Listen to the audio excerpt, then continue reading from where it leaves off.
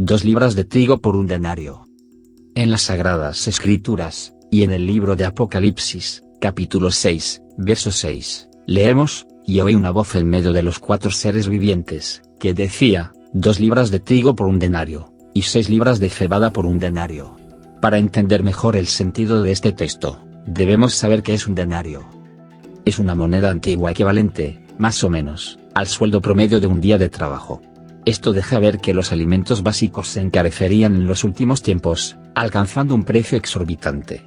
Hoy estamos viendo cómo esta profecía se hace realidad. El aumento del precio del combustible, por un lado, más la subida anunciada del trigo y del azúcar, más los raquíticos salarios de los países del tercer mundo menguado por la inflación, más el alto desempleo por la causa de la pandemia nos pronostican un aumento increíble de la pobreza, y del hambre.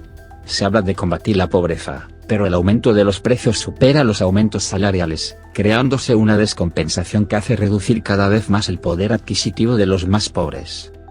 Es indudable que estos 3 productos básicos ejercen una influencia fuerte sobre los demás artículos de consumo. Si sube el combustible, cuyo aumento supera el 30% en un año, subirán todos aquellos productos que dependen de este rublo.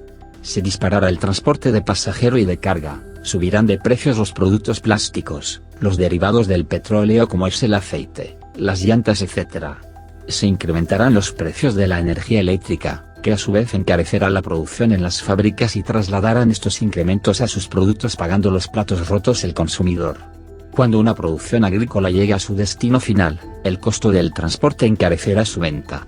Si este producto es elaborado en fábricas, como en el caso del tomate enlatado, será cargado el costo de su traslado y producción.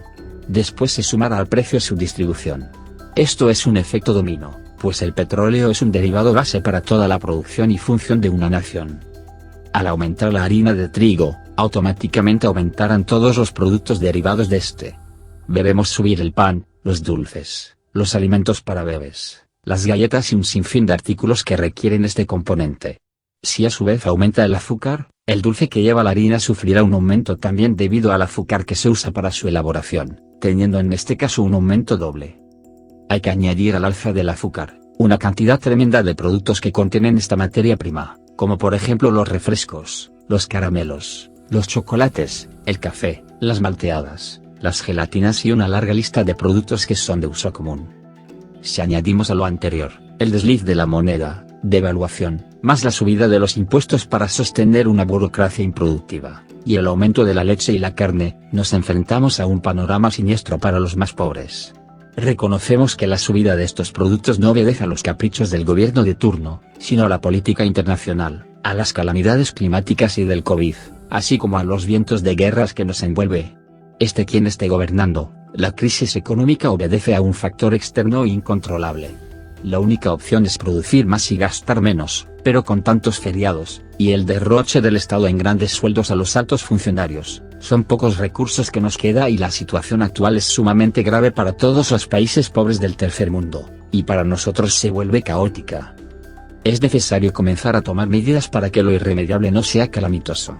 Hay que preparar planes de emergencia para enfrentar la escasez que viene. El caballo negro de Apocalipsis ya ronda por el mundo empobrecido. Noten que lleva una balanza en la mano. Apocalipsis 6, 5, símbolo de la escasez.